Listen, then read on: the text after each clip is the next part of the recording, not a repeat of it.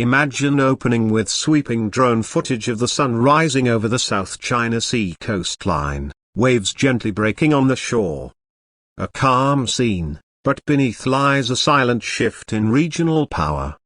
Today we explore a game-changing weapon in the Philippines' arsenal, the supersonic Rustam Missile, and dive into why Motor Authority's Philippines channel is buzzing about this new frontier in defense. Picture a high-tech launch vehicle parked near a coastal defense site, the launcher angled toward the horizon, ready to unleash speed. The BrahMos missile acquired by the Philippine Marine Corps has entered service, and its capabilities are nothing short of revolutionary. A supersonic cruise missile that travels between Mach 2 and Mach 3, capable of striking ships or land targets up to 290 km away. The Rustam of the Philippines isn't a standalone novelty, it's part of a broader modernization effort to preserve sovereignty in the West Philippine Sea. In April 2024, the first batch of BrahMos missiles landed in the Philippines via an Indian Air Force IL-76 transport aircraft. The system was unveiled in Manila and the 1st Coastal Defense Regiment was stood up. Satellite imagery since then reveals the construction of a missile base at Naval Station Leovigaldo Ganxiokwi in Zambales, western Luzon, a strategic location that puts Scarborough Shoal, a disputed site, within range at roughly 250 km.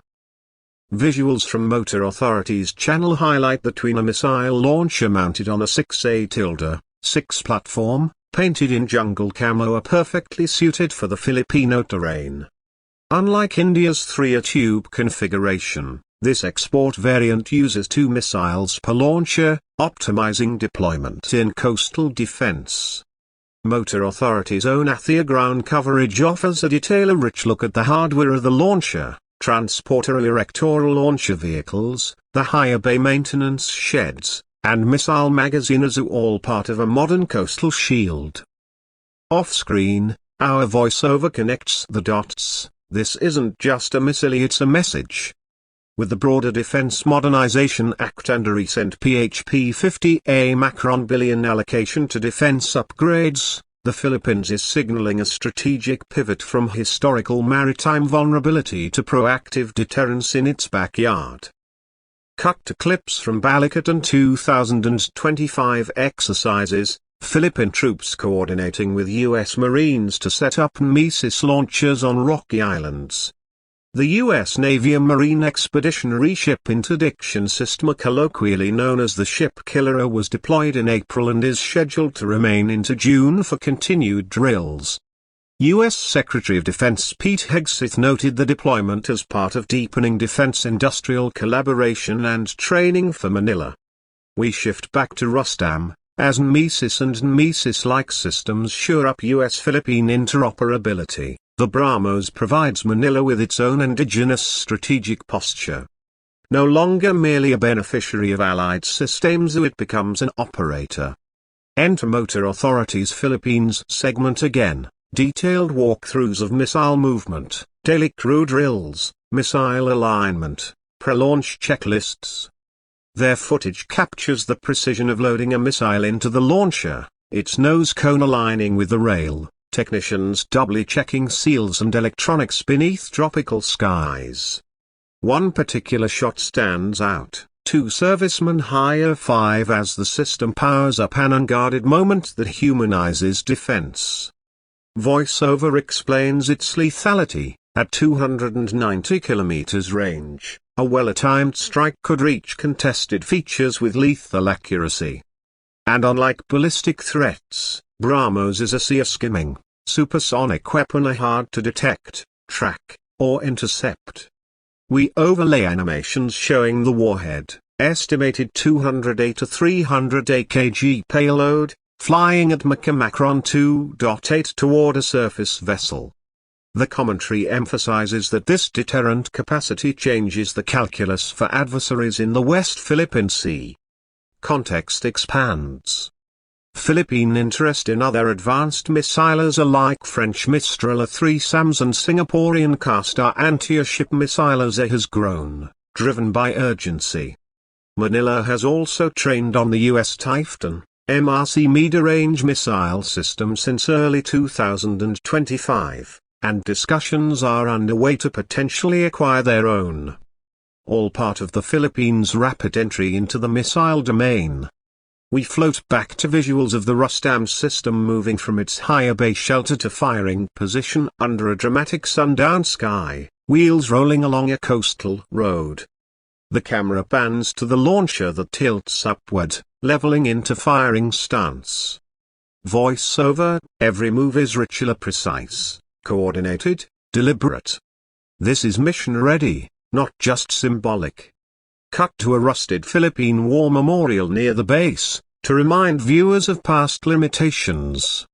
Then return to the modern launcher, operational now not as an afterthought, but as deterrent. Motor Authority's voice emerges, from journalists embedded with Filipino troops to satellite oversight. We're here to unpack not only the missile, but the mindset. Clips of their team interviewing officers reveal a sense of pride. This is our missile now, our weapon to defend our shore. One Filipino officer says, with Rustam, we stand stronger. Voiceover picks that up. It's about credibility, or when you have the means, others may think twice before pressuring. That's deterrence. Insert a short animated map depicting the chain. India A export of BrahMos A delivery to Philippine Marines A base in Zambales A range covering Scarborough Shoal Sea lanes. Then overlay Philippine and US exercises, showing cooperation and joint posture. Another Motor Authority sequence, their cameras from above showing multiple launcher relocations or mobile batteries being repositioned to deny coastal areas or choke points, increasing survivability. Voiceover notes, mobility is key. Avoiding counter-strike isn't just possibly, it's operational doctrine. These aren't museum pieces. They're moving, living deterrents. We cut to a split screen. On one side, Chinese Coast Guard vessels approaching Scarborough, on the other, lights from Rustam batteries flickering in sensor control. The narration speaks cautiously. China has deployed Coast Guard ships to ram Filipino vessels, Watarakan and others. In response, Manila's increasing missile footprint signals it may now counter and not just report. Then we reflect. Some analysts warn escalation. Professor Roland Simbulan described the Philippines as bristling with US and other foreign missiles, a broken bar, a nerve-breaking situation. We include it to balance. Is inclusion of supersonic missiles destabilizing? Or necessary? Visual return to a peaceful scene. Filipino servicewoman standing watch at dawn, binoculars scanning the horizon across calm seas, a routine, yet symbolic. Final narration, the Rustam isn't just metal and fuel. It's equipment reshaping defense, doctrine, strategy, posture. It's aerial escape velocity turned coastal intelligence. It's the Philippines stepping into a new era. We wrap, for Motor Authority, this is more than a missile, it's a force multiplier. It's hardware revving national sovereignty. And with our cameras, we bring it to you, the Rustam missile, the revolution on the coast. Fade to black, click a bait end card, subscribe to Motor Authority Philippines for exclusive defense deep divers who engineered for power, speed, and sovereignty.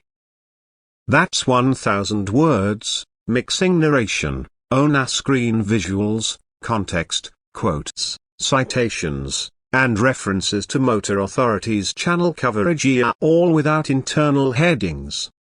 Let me know if you'd like adjustments in tone, specific visuals, or structure.